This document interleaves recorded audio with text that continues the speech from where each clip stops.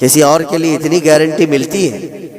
حدیث پاک میں حضور نے فرمایا ان کے لیے وہ ایک جماعت ایسی ہوگی قیامت تک وہ حق پر قائم رہیں گے، حق پر قائم رہیں گے بیت المقدس کی حفاظت کے لیے۔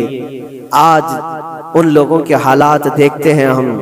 پھر میں آپ کو ایک آیت جو شروع میں پڑھا عرض کیے دیتا ہوں۔ رب تعالیٰ فرماتا ہے وَسَيَعْلَمُ الَّذِينَ ظَلَمُوا أَيَّ مُنْقَلَبٍ يَنْقَلِبُونَ، ان قریب ظلم کرنے والے یہ دیکھیں گے کہ اللہ ان کو کس کھائی میں گراتا ہے، کس پلٹی وہ پلٹیں گے۔